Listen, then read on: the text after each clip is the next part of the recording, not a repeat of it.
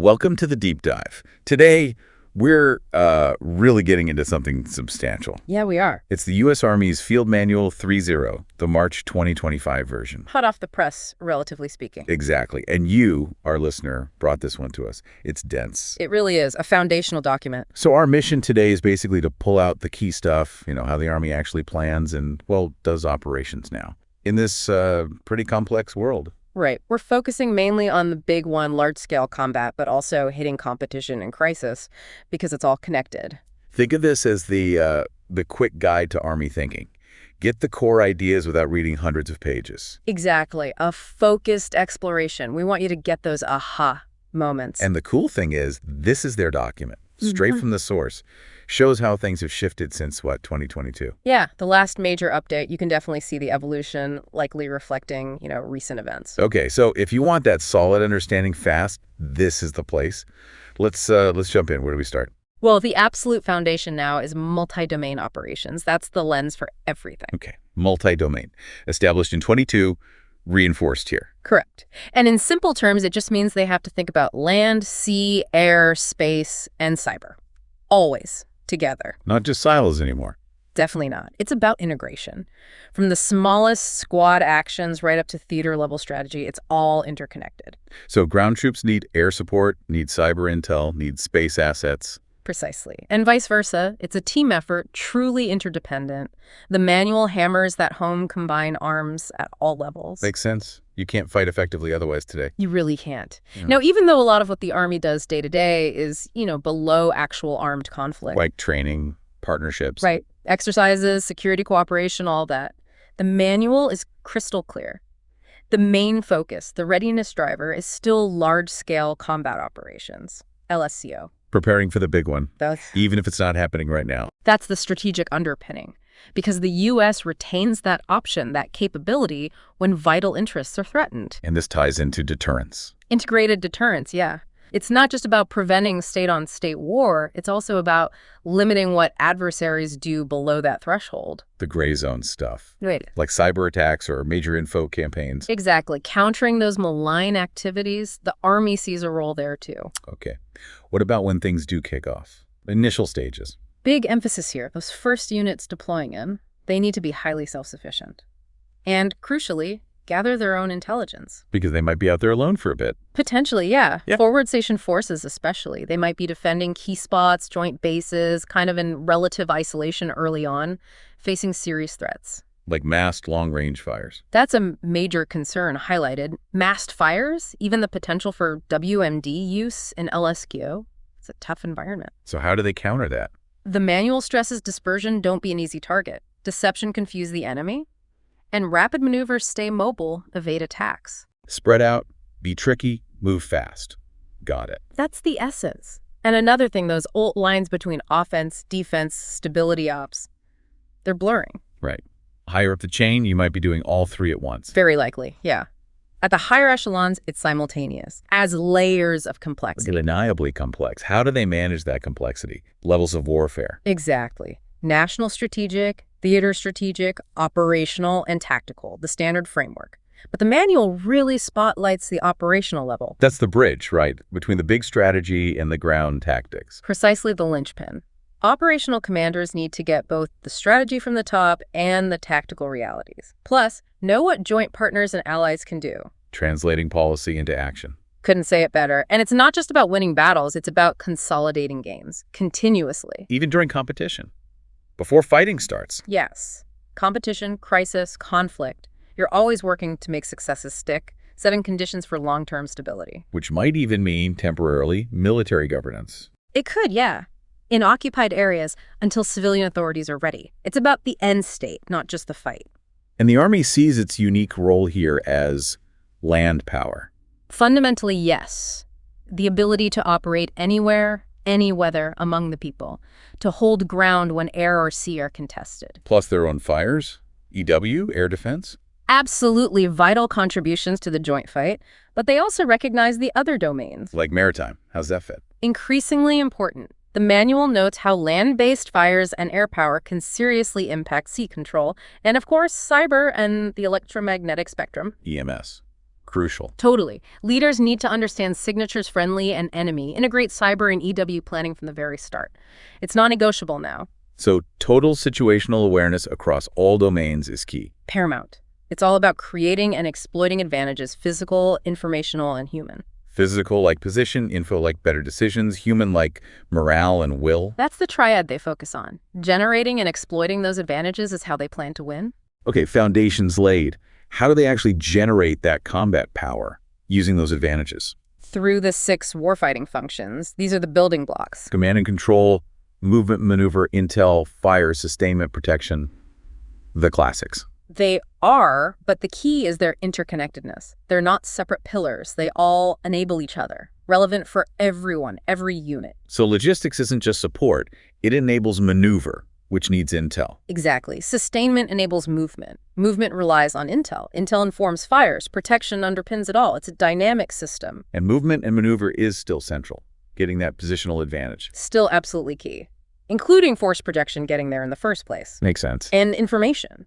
It's highlighted as central to applying combat power. Not just data, but actionable intel for decisions, for influencing the enemy. The fight for information. Constantly. The manual really stresses that.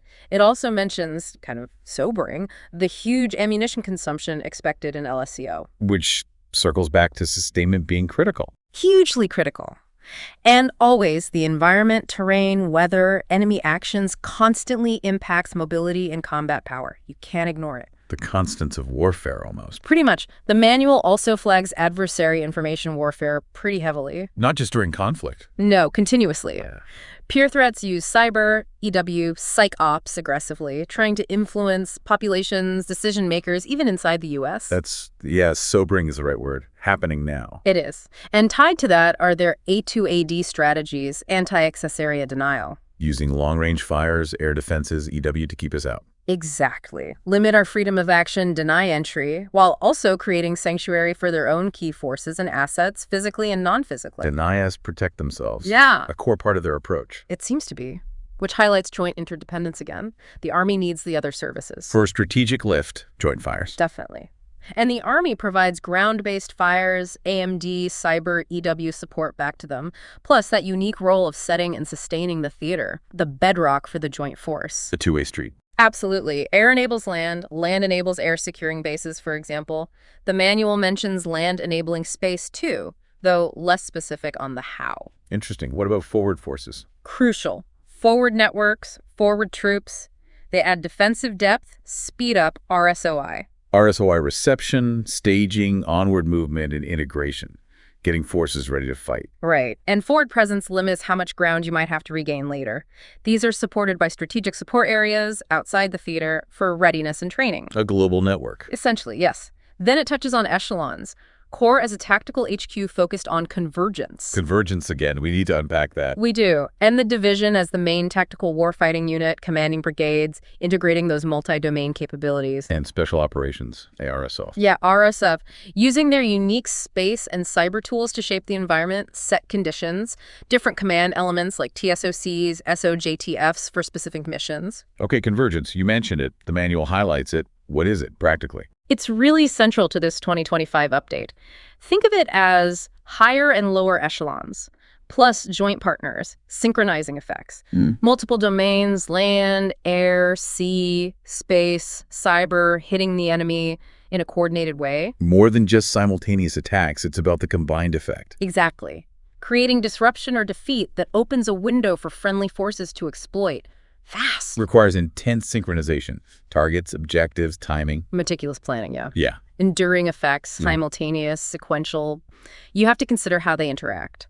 And the risks if one part fails. Sounds incredibly complex to pull off. It is. Needs deep understanding of all capabilities, all domains. The manual uses that New Guinea example from 43. Isolating the Japanese division using air and sea power. Right. Cutting off sea lanes, air resupply. That enduring isolation crippled them, enabling ground success. It's that kind of cross-domain synergy. Creating multiple problems the enemy can't solve at once. That's the goal. And it connects directly to other fundamentals. Agility, for one. Acting faster than the enemy. Adapting quickly. Based on good judgment and information advantages, yes. Then there's endurance. Sustaining combat power over time in tough conditions. Needs good organization, protection, logistics. Absolutely. And operational reach, how far and how long you can project power, tied to sustainment, weapon ranges, intel. Can't converge if you can't get there or stay there. Exactly, which means you have to constantly develop the situation, actively fight for information. The enemy will try to hide things. And that intel fight happens even during competition. Definitely. Adversaries use civilians, space assets, cyber penetration to gather intel before conflict. That's why OPSCE operations security for soldiers and families is so vital. Constant vigilance. Always. In conflict, they'll use network systems for rapid targeting. So you have that tension, disperse to survive, but concentrate to fight effectively. Tricky balance. Needs deception, good OPSE. Crucial. Like the Azerbaijan example with UAS against Armenian air defenses in 2020. Rapid network targeting. A real wake-up call, that conflict. It was. So gaining advantage in the electromagnetic spectrum is also key. Managing your own emission control, or EMCON. Don't light yourself up like a Christmas tree. Basically, it all comes back to that interplay.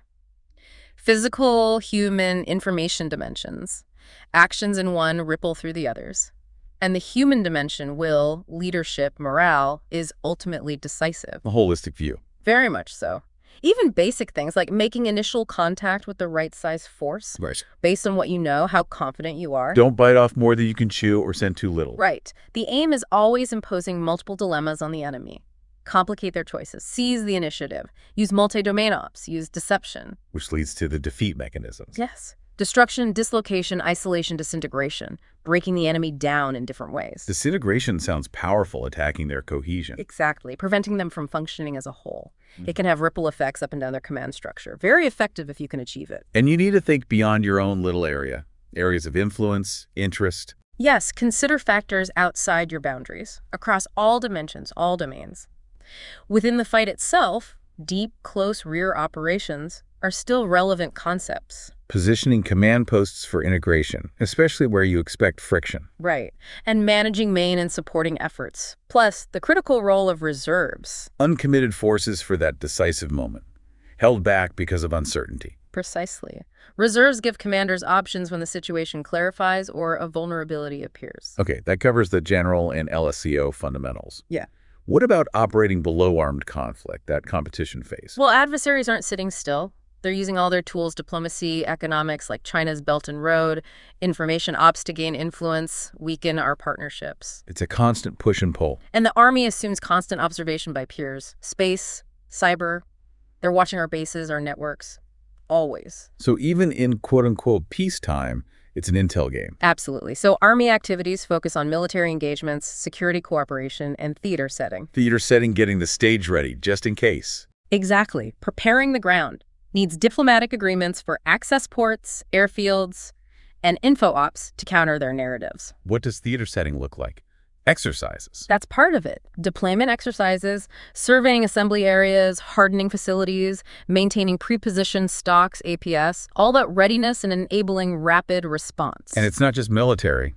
The chief of mission, diplomatic side. Crucial. It's a whole-of-government effort coordinated by the embassy. Makes sense. The theater army, under the combatant commander, CCDR, drives a lot of this. Security cooperation is huge. Military engagement, exercises, maybe even counter-WMD support, humanitarian aid. All of the above. Building relationships and partner capacity is key. That's a primary Army stability task. And that's where units like SFABs come in, Security Force Assistance Brigades. Exactly. Their whole job is advising, assisting, enabling foreign security forces, building that capacity. So the Army is actively shaping things even without fighting. Constantly. Theater Army functions include executing CCDR requirements, admin control, ADCON of forces, setting the theater, C2, limited joint roles, and constant contingency planning. Need the comms backbone too, right? Signal command. Vital. Signal command, theater, or a strategic signal brigade sets up and maintains that essential network. Even divisions get involved in security cooperation, interoperability work, training oversight with partners. What about peace operations? Mentioned as a way to consolidate gains, often under UN or regional umbrellas. But the manual stresses transitions are tricky. From competition to crisis or conflict. Unpredictable. Very. And things like NEOs, non-combatant evacuations, are resource-intensive if needed. Forward forces have options if a crisis hits. Integrate with host nation. Act as reserve. defend key spots. Could be any of those, depending on the situation. That transition to crisis sounds incredibly tense. How does the Army view operating in a crisis? A crisis is defined as something emerging, threatening U.S. interests, needing a fast response. But crucially, the opponent isn't primarily using lethal force yet. Okay, so it's high tension, but not full-blown war. Right. The Army's role is providing deterrence options, showing combat power, signaling commitment. That persistent land presence. The manual says it sends a unique signal. Boots on the ground matter. That's the idea. Adversaries in a crisis, they'll use coercion, intimidation, try to control the escalation ladder based on how they perceive risk and our response. Some view conflict as continuous anyway, right? Crisis is just a point on the spectrum. For some potential adversaries, yes. Now, deployment during that transition phase, opening the theater, mobilization, moving forces, protecting them en route, RSOI, initial employment, sustainment, eventually redeployment. It's a whole process. Opening the theater sounds like a massive scramble. It is. Executing plans, setting up terminals, air, sea, rail distribution networks, integrating with the host nation, drawing pre-positioned gear, all while staying combat ready. Engineers must be crucial there. Routes, bridges, comms. Absolutely vital. Then comes RSOI integrating those arriving forces. It's a balance. Speed versus thoroughness, getting them ready for their mission. Sometimes involves a relief in place, swapping units. Can do, yeah. The core staff has huge planning tasks here. Task organization, synchronizing movements, allocating resources, managing that TPFDL flow. Time phase force deployment list. Oh. Who goes where when. Right. Setting priorities, figuring out command post deployment, Right. and planning for disruption, dispersion. Okay, moving into actual armed conflict. Yeah. LSCO. What defines it? Lethal force employed widely, that's the marker. And its effects hit all dimensions, physical, information, human. Usually a mix of conventional and irregular tactics. Typically, yes. Adversaries exploit any perceived weakness. The manual looks at potential peer approaches. Russia, aiming to make the cost too high for the U.S., weaken our will. Make it politically or economically unsustainable for us. That's the idea described. China, viewing conflict as a way to boost their overall national power, with deception being absolutely critical to their strategy. What about the nuclear shadow? Does it cover that? Briefly, operating after a nuclear exchange. Expect shock, confusion, degraded C2. Discipline and leadership become paramount. And planning for potential U.S. use if facing an imminent nuclear threat. Grim stuff. Necessary considerations, though. The core principle in conflict remains creating relative advantages.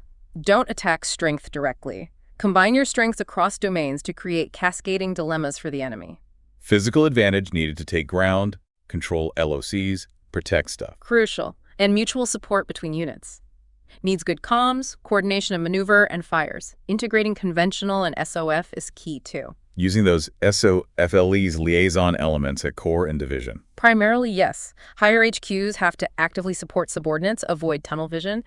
Task organizing forces is constant. Tailoring the force package to the mission, environment, threat for agility. Exactly. Counter-air ops are vital to offensive and defensive. Integrating everything. Air, fires, maneuver, SOF, space, cyber, EW to control the air. What about forward forces on defense? Mobile defense, area defense, maybe retrograde, repositioning. SFAB advisors might stay with partners. Fires are priority. Occupy and improve positions quickly. And coordinating all those fires. An integrated fires command at theater level. Using precision and massed fires, minimizing time from detection to strike. But enemy fire commands have vulnerabilities. Sustainment lines, electronic signatures, networks, land components. All potential targets for Army forces, attacking their integrated air defense systems, IADS, and fires complex sensors, shooters, C2, sustainment security as a joint effort.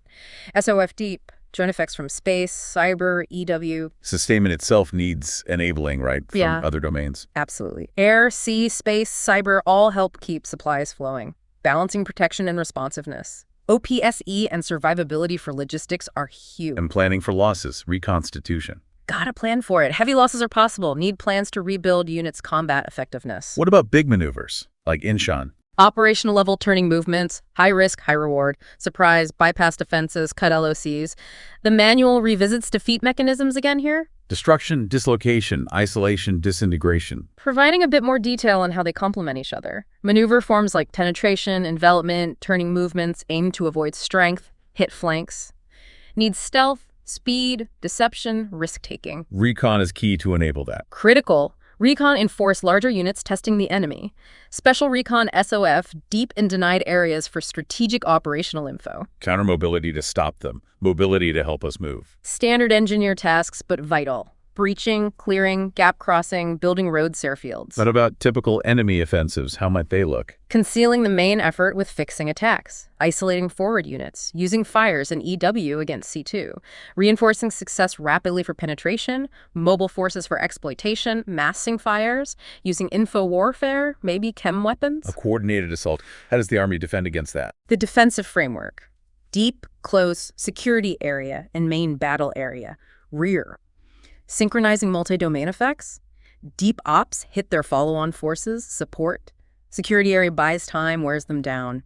MBA is for the decisive fight. Rear handles support and security. Reserve is key. For counterattack or exploiting opportunities created by the defense. Exactly. Rear operations during defense focus on protecting CPs, support areas, LOCs. Counter UAS is critical back there now. Dispersion, repositioning are important. Economy of force. And then transitioning back to offense. When you have the combat power and opportunity. Pursue the enemy, don't let them recover. How about enemy defenses? What should U.S. forces expect? Observed fires for long-range systems, fixing attacks, maneuver defense using multiple battle positions, fires and obstacles to slow us down, prevent decisive engagement, plus EW, recon, UAS, cyber, maybe chem or tactical nukes. A tough nut to crack. Deep operations during the offense. Beyond direct fire range, long-range fires, SOF integration with controls, aiming to degrade will, destroy key targets, disrupt infrastructure, and sustainment. Rear operations during the offense. Still important. Absolutely. Sustainment, security, terrain management, movement control, protection, consolidating gains, stability tasks, priority for moving the reserve forward. And after the conflict, transitioning governance? Complex. Depends on the credibility, capability, capacity of the new governing body. Strategic leaders set conditions. Army helps understand culture, infrastructure, define goals, timelines, determine U.S. commitment level. Theater armies have a big role in that post-conflict phase. Key role. Long-term focus. Anticipating needs for stability tasks, refining logistics, updating security cooperation, infrastructure support, civil affairs, comms, setting the stage for the next phase of competition. It's a cycle. Okay, Yeah. The manual also gets specific about maritime environments. What's unique there? Littorals that land-sea interface, ship-to-shore movement challenges, sea-to over long distances, the environment itself. Oceans, seas, littorals, waterways, airspace, underwater. Enemy actions unique to maritime. Interdicting sea lines of communication. Targeting shipping, pre-positioned stocks at sea or in port. The Army relies heavily on Navy and others for protection during transit. Makes sense. How is the operational area structured? You might have a joint operations area, JOA, maybe joint security areas, JSAs within it. Army might run sustainment from JSAs, maybe secure them. Naval and air components often lead in a maritime JOA. Army nests its plan within theirs. Defending forward positions is still important. Key terrain on islands, coasts. It's often preferred, yeah. Part of a multinational land maritime network. Retaking ground is costly, partners might object.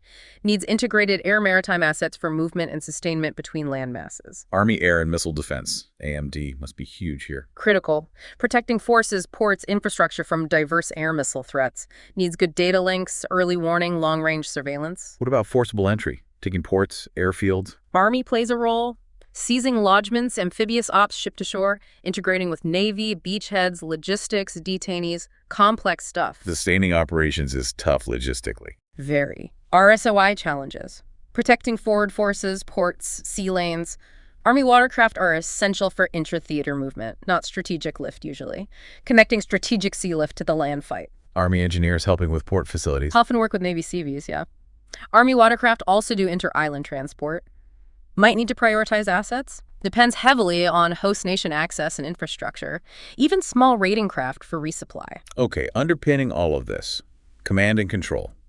C2, what's the philosophy? Command is seen as more art than science. Judgment, experience, intuition are key. Leaders apply it through leadership, delegation, resource allocation, decision-making. Commander's intent is vital for unity of effort. Physical presence matters. Commanders being forward. Considered important for understanding, motivation, but you have to balance the risk to the commander and the CP, leads to dispersed, mobile CPs. What about subordinates acting on their own? Disciplined initiative, that's crucial. Acting within the intent to seize opportunities when comms are down or time is critical. Empowering subordinates. Requires accepting risk. Calculated risk, yes, to create opportunities. Understanding the situation. Delegating risk acceptance appropriately.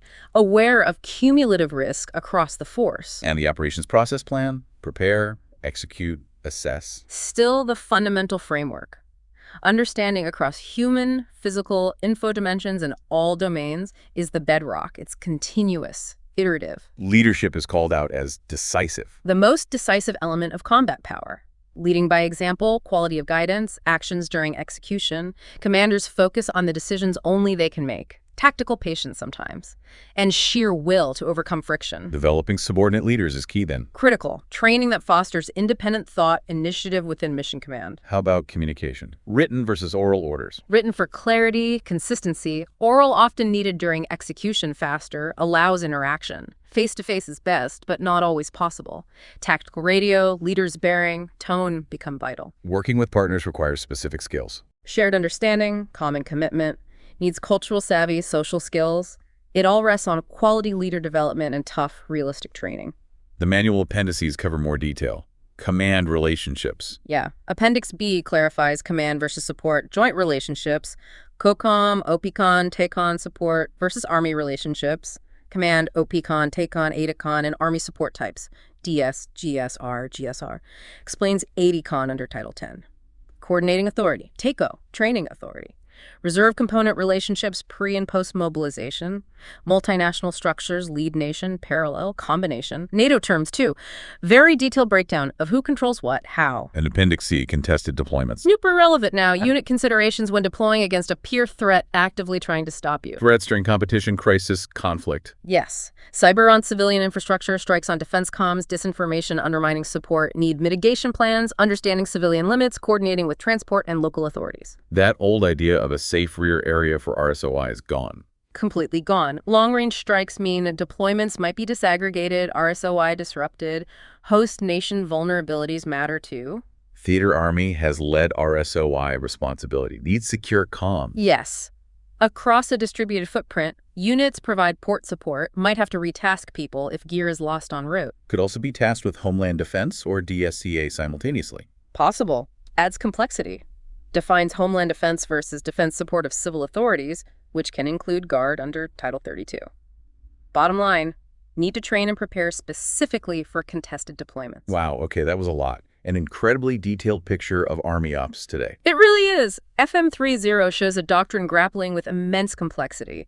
Multi-domain, combined arms, agility, convergence, constant adaptation across the spectrum of conflict. The interconnectedness of everything really stands out. Domains, functions, joint capabilities, partners. Absolutely. And that contested environment, especially for deployment and logistics, is a huge factor now. So for you listening, we know that was dense, but hopefully it gives you that foundational understanding of how the Army thinks and plans to operate. The core concepts are there. Multi-domain focus, convergence, information centrality, the competition crisis conflict continuum, maritime challenges, C2 principles. And if you want to dig deeper, lots of avenues. Multi-domain in practice, specific warfighting functions, contested deployment challenges, adversary approaches, plenty to explore. Definitely. So the final thought to leave you with. The manual stresses agility, adaptation.